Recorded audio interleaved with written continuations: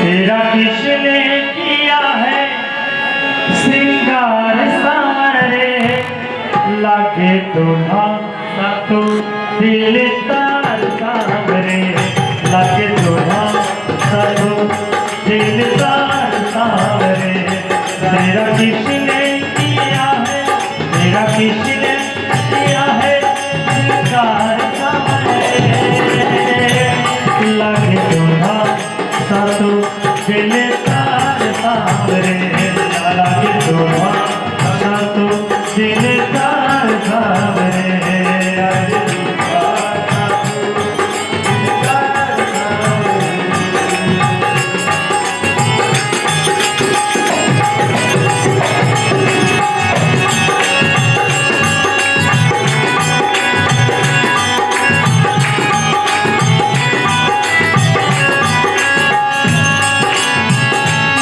तक परमल यागिरी चंदन केशर तिलक लगाया,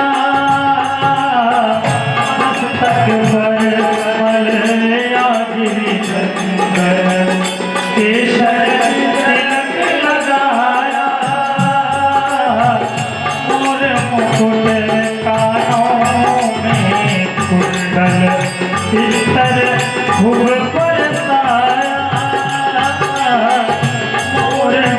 गानों में कुंडल इतर मुख बरसाया महकता रहे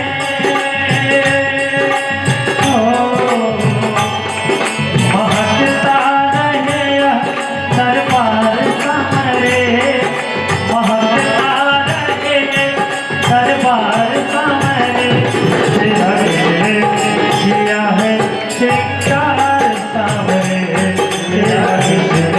किया है श्रृंगार सामरे तेरा जिसने किया है तेरा जिसने किया है श्रृंगार सामरे लागे दुआ तो दिलदार सामरे लागे दुआ दिलदार सामरे रविशने किया है श्रृंगार सामरे मेरा किसने किया है श्रृंगार सामरे लागे दोना साधु दिलदार सामरे लागे दोना साधु दिलदार सामरे लागे दोना साधु दिलदार सामरे बागों से गलियां चुन चुन कर सुंदर हार बनाया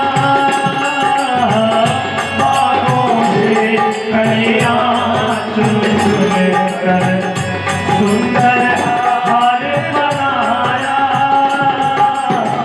रहे सलामत हाथ सदा हो जिसने तुझे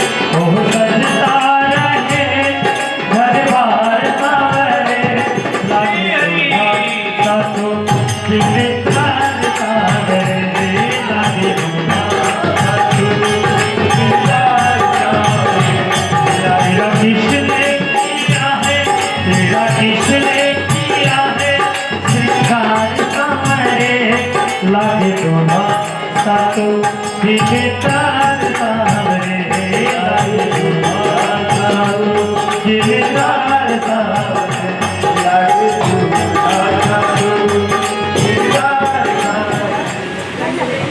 माता भयभीत रहती हैं कि गौतमती गति सुरति करे नहीं परसत पग पान मन बिहते रघुवंश मणि प्रीत अलौकिक जान।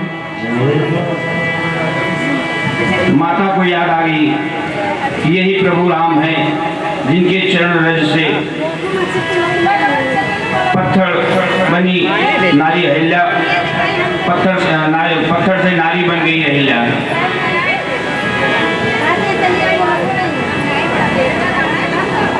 अगर मैं प्रभु का पैर स्पर्श करती हूँ कहीं मैं पत्थर ना बन जाऊं, ऐसा माँ के मन में विचार आता है और पैर को नहीं छू रही थी। अब सखियों के बड़े कहने के बाद माता ने पैर छुआ। उसी समय जितने राजागण थे, जो देश देश के राजागण आए हुए थे, सबने आपस में विचार किया और कहा कि राजा जनक, यदि आप हमारा साथ दें हम इन दोनों बालकों को अभी कैद कर लेंगे।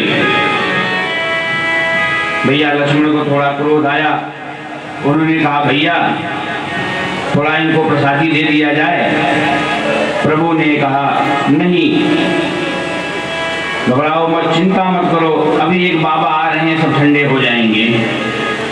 और तेही अवसर सुनी, तेही अवसर सुनी शिव धनु भंगा तेहि अवसर सुनी शिव धनु भंगा आया रघुकुल कमल का तुझी अवसर तुझे शिव धनु भंगा आया रघुकुल कमल का गौरी शरीर बुद्धि भल राजा और शरीर भूति भल भाजा आनंद सार त्रिपुंड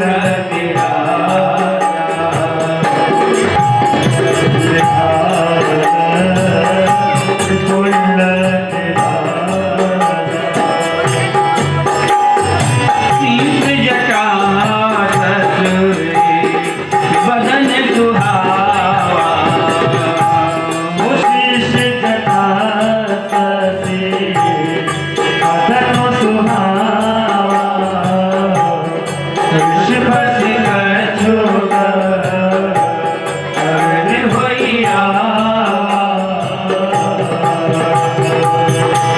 शीश जटा ससी बदन सुहावा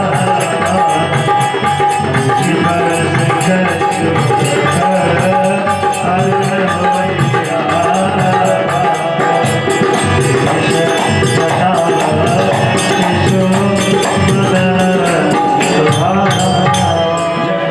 शिव धनुष का भंग हुआ। बड़ी तेज बिजली जैसे गड़गड़ाहट हुई। शिव भंग का धनुष भंग का आवाज सुनकर बाबा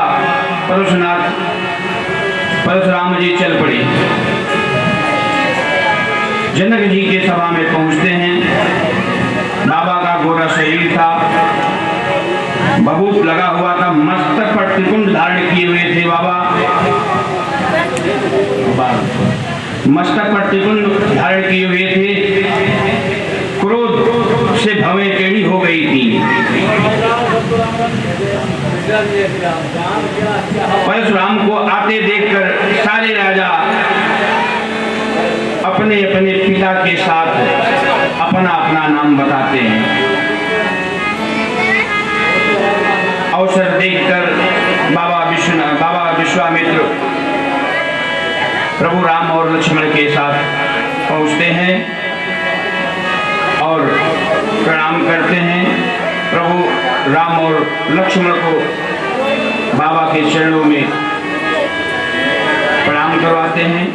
राम ही चितई रहे थक लोचन राम ही चितई रहे थक लोचन रूप अपार मारे मत मोचन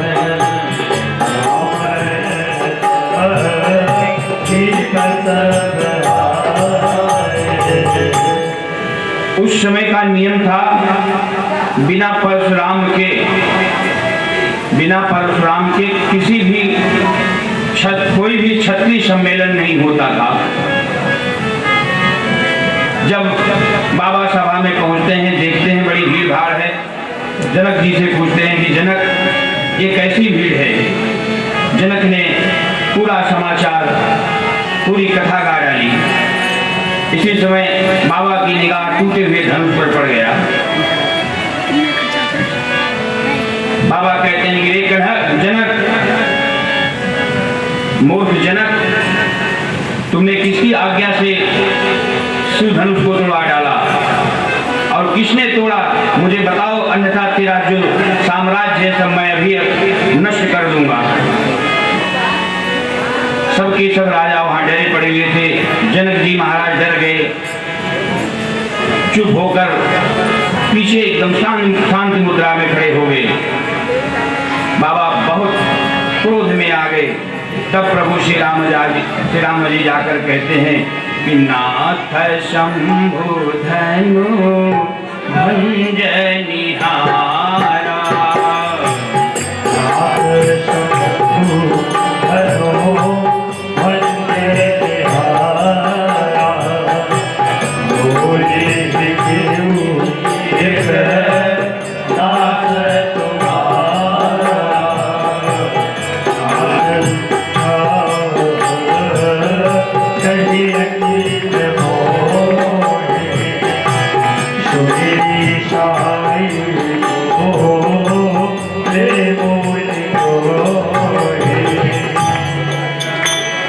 प्रभु श्री रामचंद्र जी जाते हैं, हाथ जोड़कर कहते हैं कि प्रभु इस शिव धनुष को तोड़ने वाला आपका कोई दास नहीं होगा।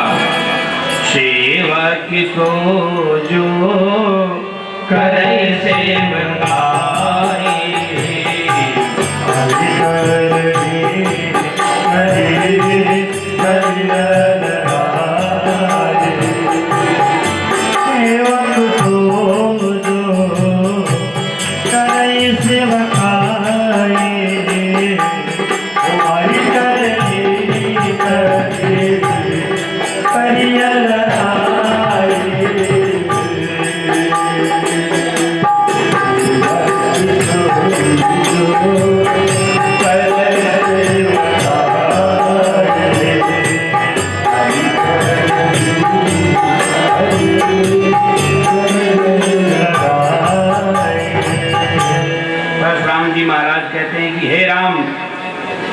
जिसने भी शिव धनुष को तोड़ा है सहस्त्र बाण के समान वो मेरा शत्रु है।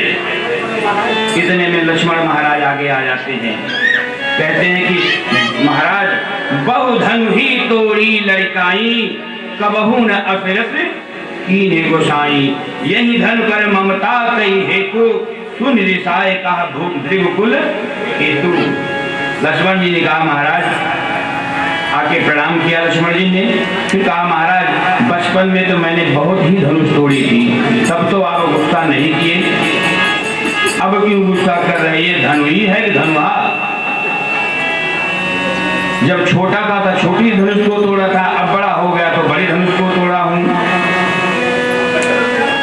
बाबा ने क्रोध में कहा, रे मूर्ख, तुझे पता नहीं मैं 21 बार क्षत्रियों का संहार कर चुका हूँ, 21 बार पृथ्वी से क्षत्रियों को विहीन कर चुका हूँ, तू मुझे जानता नहीं है। लक्ष्मण भैया फिर कहते हैं कि महाराज आज मुझे पहली बार पता चला, कोई इस पृथ्वी पर ऐसा भी व्यक्ति है जो अपने मुंह से अपना ही बखान कर रहा है। बार बार बाबा क्रोध में आते थे, मैं तुझे बालक जानकर छोड़ रहा हूं, तू क्षत्रिय कुल मेरा शत्रु है। बाबा बहुत ही क्रोध में होते हैं। तब लक्ष्मण फिर कहते हैं, यहाँ कुम्हड़ बतिया को नाही, जे तर जनी देख मर जाही। महाराज मैं कुम्हड़े की बतिया नहीं हूँ। कुम्हड़ा का मतलब होता है सीताफल, कि अंगुली दिखाने से मैं खत्म हो जाऊंगा। देख कुठार सरासन माना, मैं कुछ कहा सहित अभिमाना। कहते हैं जब लक्ष्मण जी ने ऐसा बोला, बाबा और क्रोधित हो गए, बार बार क्रोधित होते हैं। प्रभु खड़े होते हैं, कहते हैं कि प्रभु, लक्ष्मण जी कहते हैं कि प्रभु देवता ब्राह्मण भगवान गौओं पर हम रघुवंशी वार नहीं करते हैं, क्योंकि इन्हें मारने से हमें पाप लगता है। सुर महिषुर हरि जन रुगाए, हमारे कुलैन पर तुराए, हमारे कुलैन पर तुराए।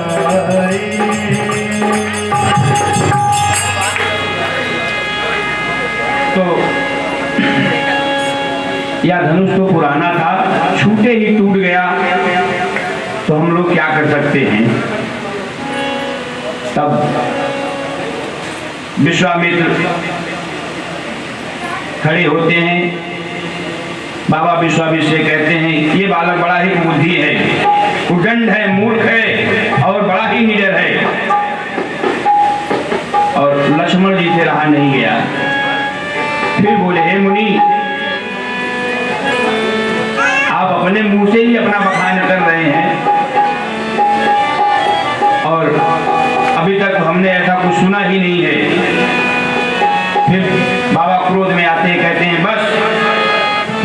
फिर प्रभु खड़े होते हैं, कहते हैं कि नाथ करहूं बालक पर छोहू, नाथ करहूं बालक पर छोहू,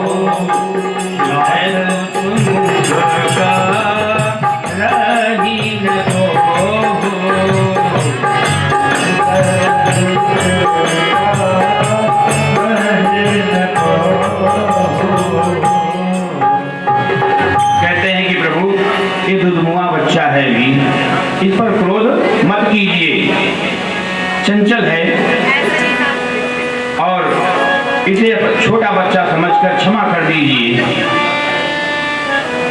धीर पुरुष, ज्ञानी पुरुष, समदर्शी पुरुष, सुशील बच्चों पर गुस्सा नहीं करते हैं, ज्ञानी मुनि बच्चों पर गुस्सा नहीं करते हैं। श्री राम का वचन सुनकर बाबा परशुराम थोड़ा सा शांत होते हैं। फिर लक्ष्मण फिर कुछ बोल देते हैं, लखन कहो हसी, लखन कहो हसी सुनहु मुनि, क्रोध पाप कर मूल, जही बस जन अनुचित करही, चरही विष प्रतिकूल। लक्ष्मण जी ने जब कहा कि महाराज ऋषियों मुनियों को क्रोध नहीं करना चाहिए, और इतने में बाबा का क्रोध फिर चढ़ गया और अब जनक जी डर जाते हैं। लक्ष्मण कहते हैं कि महाराज ज्यादा ही धनुष इतना आपको प्रेम है, कोई कारीगर बुलवा कर धनुष को जुड़वा लिया जाए, जुड़वा दीजिए। फिर अनुचित बोले, फिर बाबा को क्रोध आता है। अब जनक जी डर रहे हैं, जनक जी डर रहे हैं। तो सुनहु नाथ तुम सहज सुजाना, सुनहु नाथ तुम सहज सुजाना, बालक बचनो करिय नहीं भाला, बालक बचनो करिय नहीं भाला। प्रभु दोनों हाथ जोड़कर खड़े होते हैं और शीतल वाणी से बोले, हे नाथ, आप तो स्वभाव से ही सुजान हैं, आप बालक के वचन पर ध्यान मत दीजिए, इनकी बातों को अनसुना कर दीजिए। बाबा क्रोध कर रहे हैं तो प्रभु कहते हैं कि महाराज हम रघुवंशी हैं, अगर हम आपसे युद्ध कर नहीं सकते हैं लेकिन युद्ध भी कर लेंगे, लेकिन युद्ध नहीं कर सकते। युद्ध तो कर लेंगे लेकिन युद्ध नहीं करेंगे, क्योंकि आप ब्राह्मण हैं। अगर आप हार गए तब भी हमारी हार हुई, अगर मैं जीत गया तब भी हमारी हार हुई, क्योंकि मैं एक ब्राह्मण से क्षत्रिय, ब्राह्मण गाय पर कभी हाथ नहीं उठाते हैं। इस तरीके से कहा। जब इतना बड़ा सम्मान बाबा परशुराम ने सुना तो बोला कि बाबा ने कहा कि ये कोई आम आदमी नहीं हो सकता है। तब प्रभु बाबा को थोड़ा शंका हुआ, उन्होंने कहा कि राम रमापति कर धन ले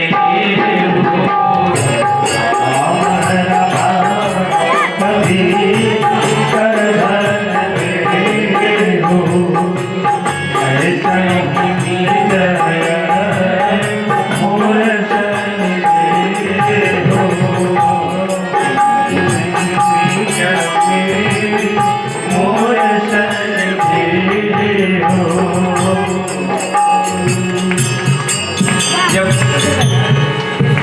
भगवान परशुराम के पास भगवान विष्णु का भी एक धनुष था जिसका नाम था अजगाव। जब शंका हुआ उन्हें तो उन्होंने कहा कि अगर ये प्रभु होंगे तो इस धनुष पर प्रतंचा चढ़ा देंगे। अपना धनुष परशुराम जी महाराज निकाल कर देते हैं। देते चाप आहूँ चल गया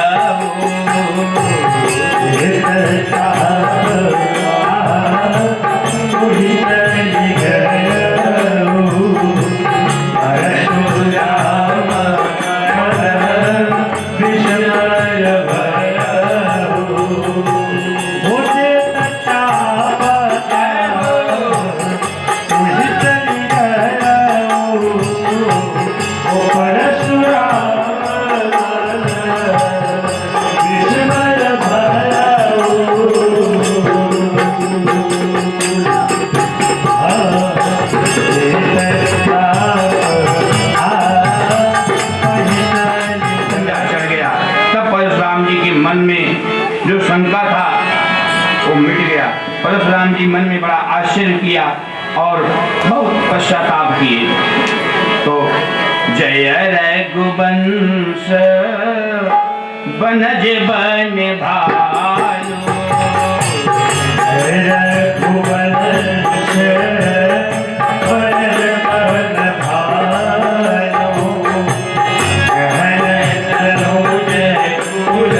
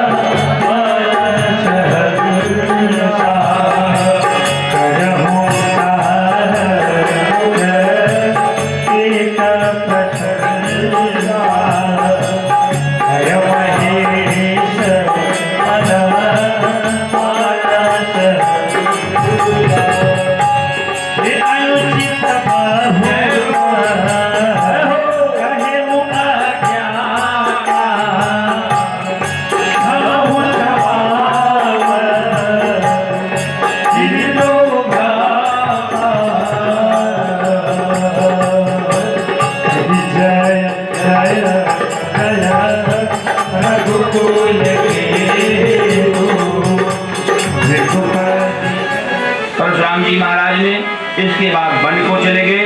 तब सभी राजाओं के मन में, दिल में, सांस में सांस आई, तसल्ली हुई उनको।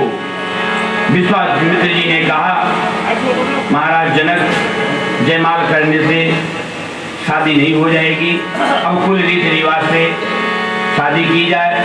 शतरंज महाराज राजा जनक विश्वामित्र आपस में सलाह करते हैं और पत्र लिखते हैं। पत्र लिखकर एक दूत को भेजा जाता है। बाबा कहते हैं दूत पहुंचा अयोध्याराम। अयोध्याराम पहुंचकर सरजू में स्नान किया और राजमहल के मुख्य द्वार पर पहुंचता है और कहता है कि पहुंचे दूत रामपुर पावन, पहुंचे दूत रामपुर पावन, हर्षे नगर वियोग सुहावन,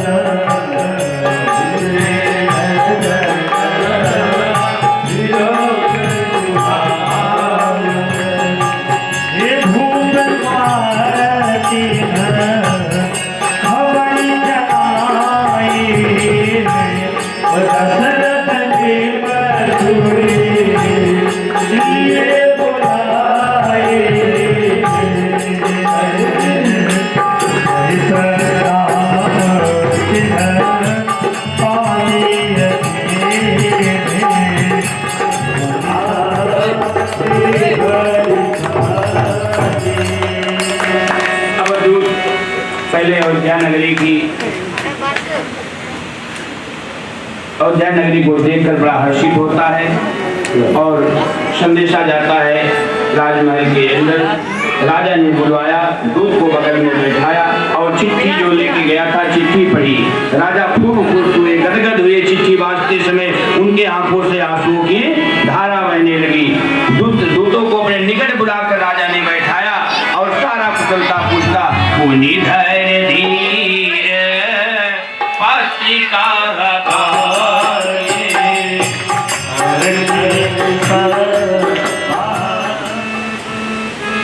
दूत राजन को पूरा जनकपुरी का, मिथिला नगरी का पूरा दृष्टांत सुनाया और बोला, प्रभु राजन, विश्व में ऐसा कोई योद्धा नहीं था जो उस धनुष को तोड़ सकता था, केवल राम ने तोड़ा।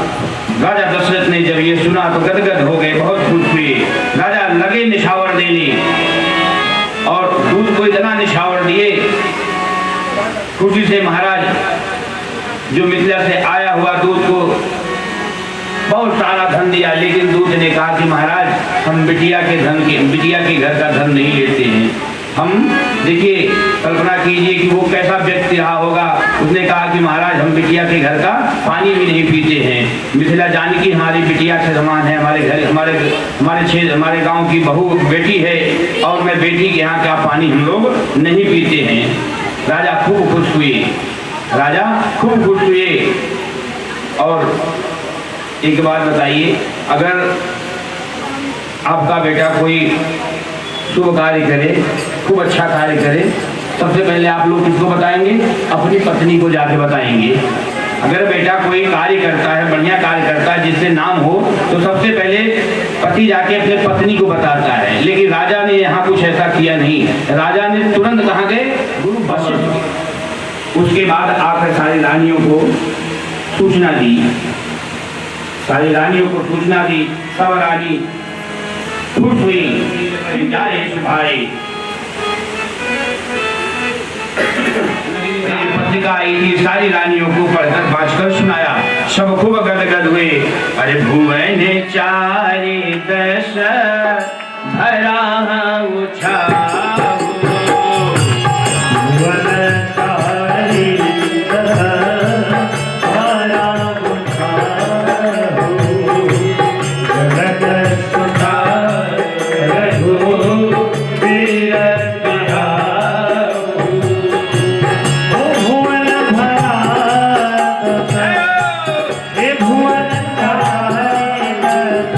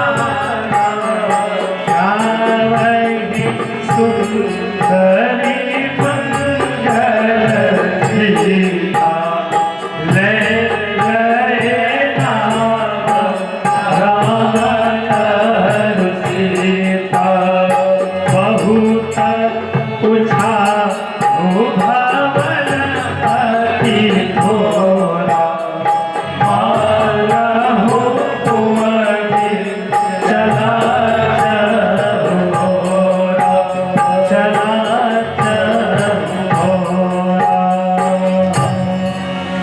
सब सजने संवरने लगे।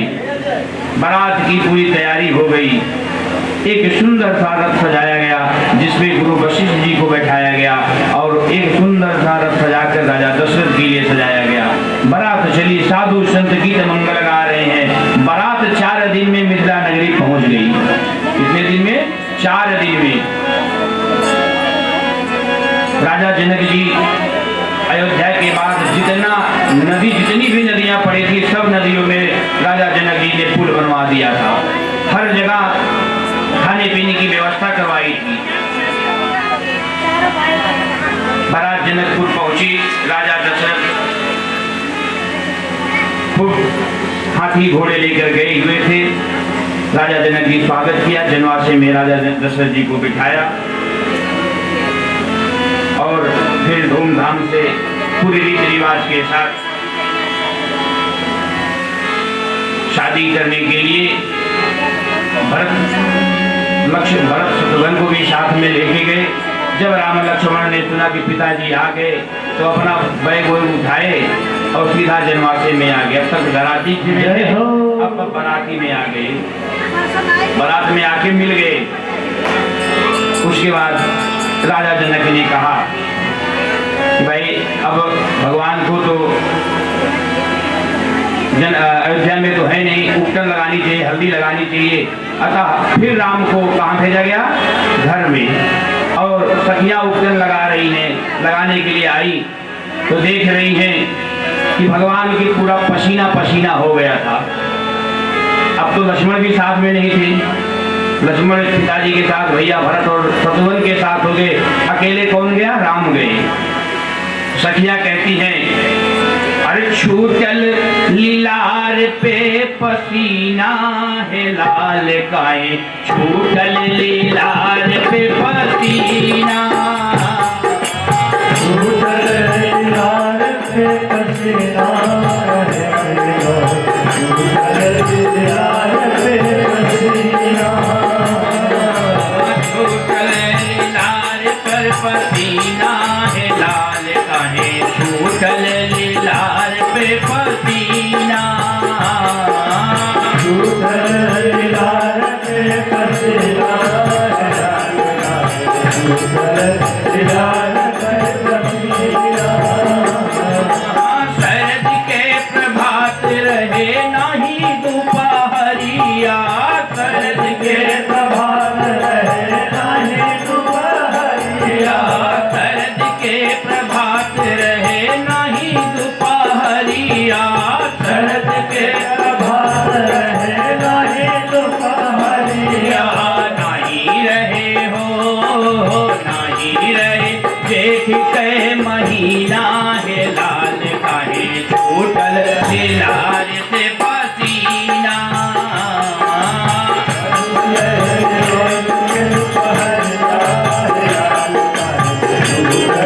लीलार पे पसीना, छूटल लीलार पे पसीना है लाल काहे, छूटल लीलार पे पसीना, छूटल लीलार पे पसीना है लाल काहे, छूटल लीलार पे पसीना।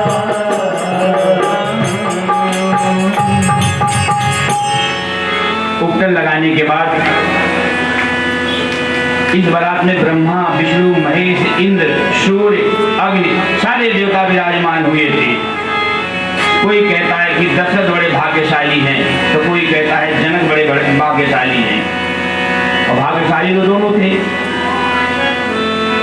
अब जनकपुर वाले क्यों भाग्यशाली थे कि वहां पर तो माता जगत जननी माता भी आ गई और प्रभु राम भी आ गए।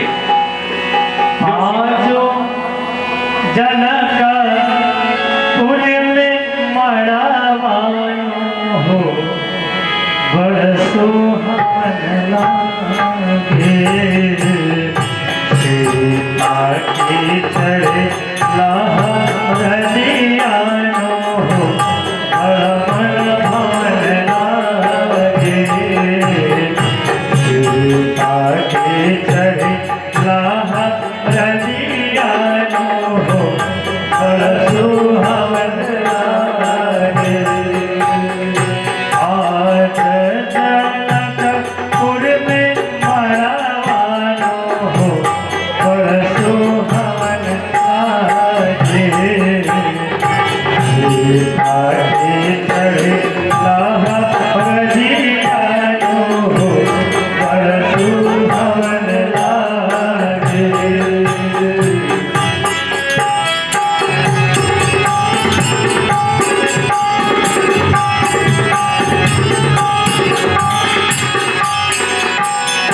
हरे हरे बसवा कटौले जनक राजा मन में सुनैना आई बजे आनंद बाजा मन में सुनैना आई बजे आनंद बाजा सीता के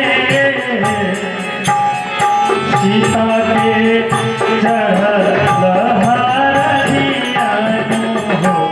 बड़ा मन भावन लागे हरे नगरिया के उमड़ल भगे अब सुहावन लागे आज जनकपुर में मरवानो बड़ा सुहावन लागे सीता की चढ़े लहरियानो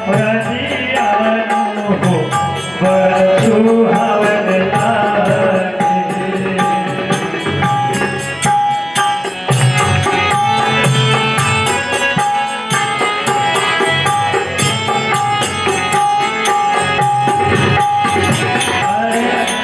हरे चौका पुरावल आनंद चौका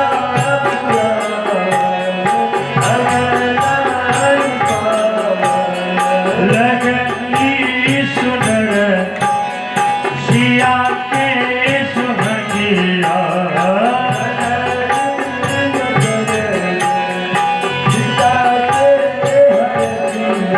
और सीता के चढ़े लहरियानो बड़ा मन भावन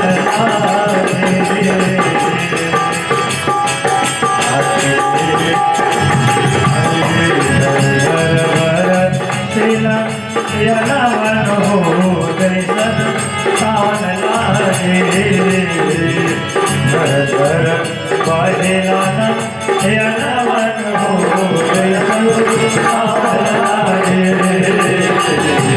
आज जनकपुर में मरवन हो बड़ा सुहावन लागे सीता की चढ़ल लहरियानो बड़ा मन भावन लागे सीता की चढ़ल लहरियानो बड़ा मन भावन लागे बड़ा मन भावन लागे बड़ा मन भावन लागे। आज यहाँ बैठे सभी श्रोतागण बहुत ही भाग्यशाली हैं जो सीताराम के विवाह सुन रहे हैं और सारे देवता विराजमान हैं जनकपुर में और देवता ब्रह्मा विष्णु महेश इंद्र सूर्य अग्नि वरुण सारे देवता वहाँ विराजमान हैं और बारात 10 दिन पहले अयोध्या से जनकपुर पहुँच चुकी है। प्रथम बारात लगन ते आए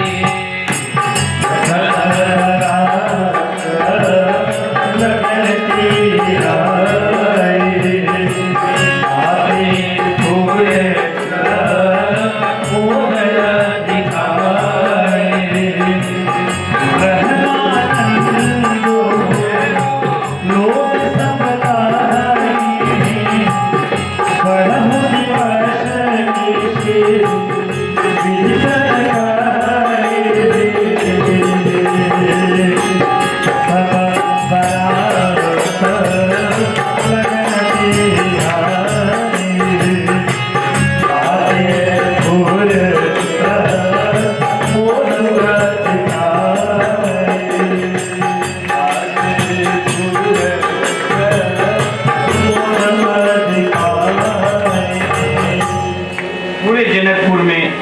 छा गया और सब विधाता से मना रहे हैं कि हे प्रभु, रात और दिन दोनों बड़ी हो जाए, इधर आ जाइए, इधर आ जाइए,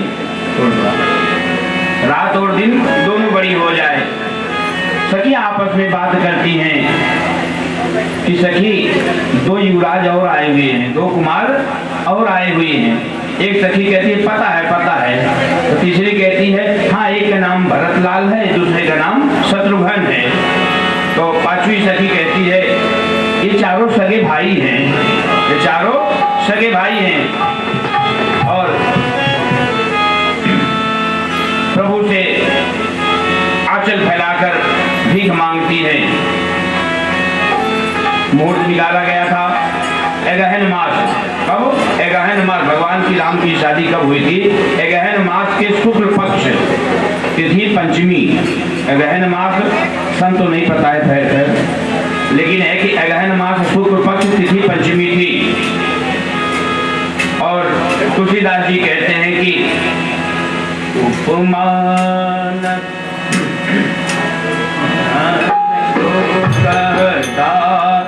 तुलसी कहूँ कभी को विदे कहे बल शील शोभा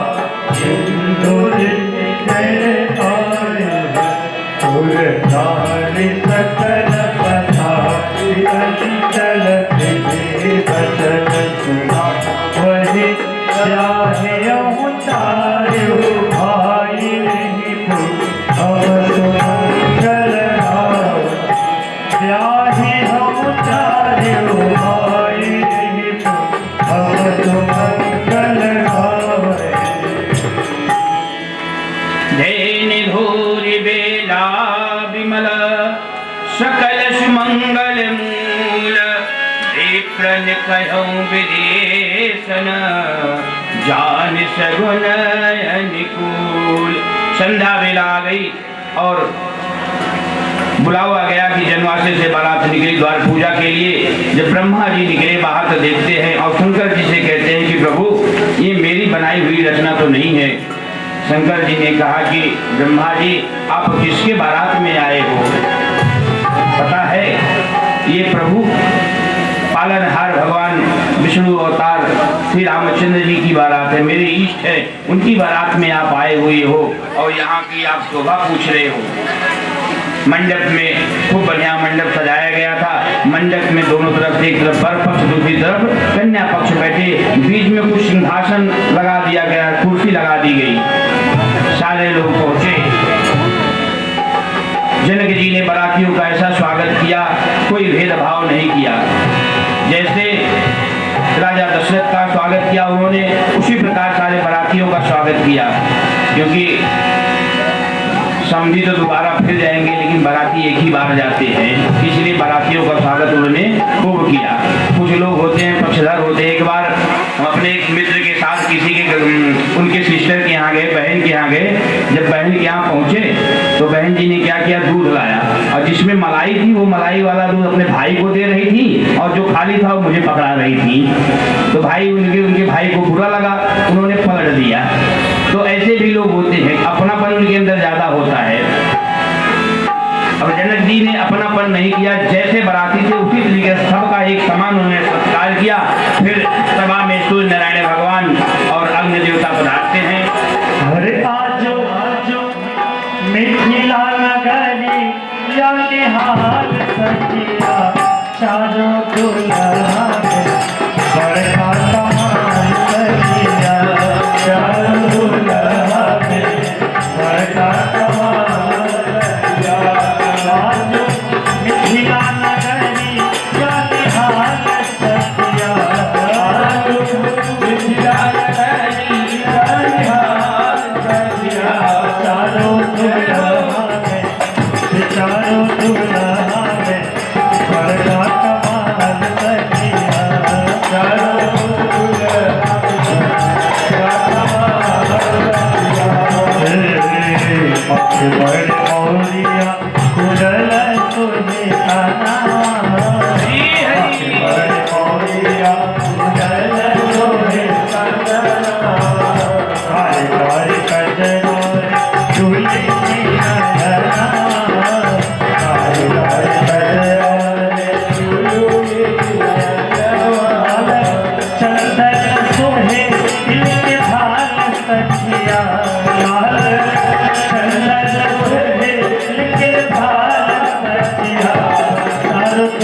दुल्हा में घर का कमाल कर दिया।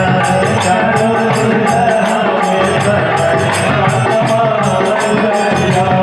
आज मिथिला नगरी जाने हालत कर दिया। आज मिथिला नगरी जाने हालत कर दिया। चारों दुल्हा में घर का कमाल कर दिया। चारों दुल्हा में घर का कमाल कर दिया। सावर सावर गोरी गोरी गोरिया जान रे। सावर सावर गोरी गोरी गोरिया जान है।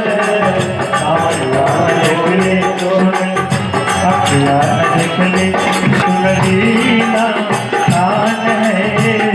अखियाँ निकले सुनली ना कान है। झुके झुके जोड़ी जिए दिन साल सकिया है। झुक झुक जोड़ी जिए दिन साल सकिया। चारों दुल्हा में चारों दुल्हा में घर का कमाल कर दिया। चारों दुल्हा में घर का कमाल कर दिया।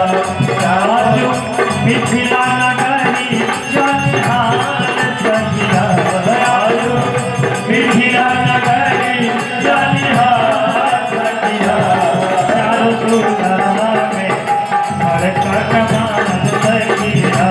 चारों दुल्हा में घर का कमाल कर दिया। घर का कमाल कर दिया।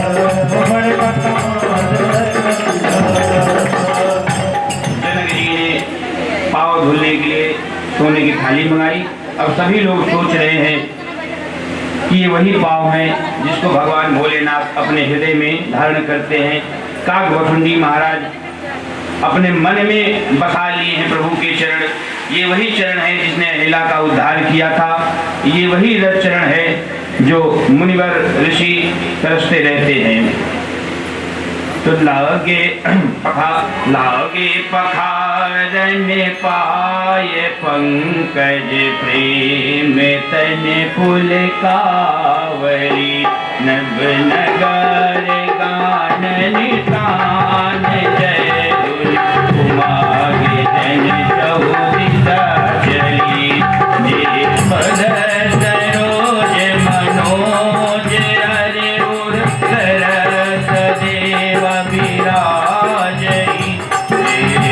देश सुमेर विमल सामन सकल कल मल आजई।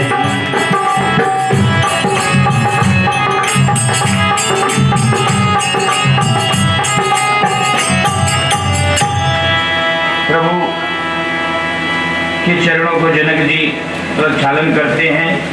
पद प्रक्षालन करने के बाद शाकोच्चार का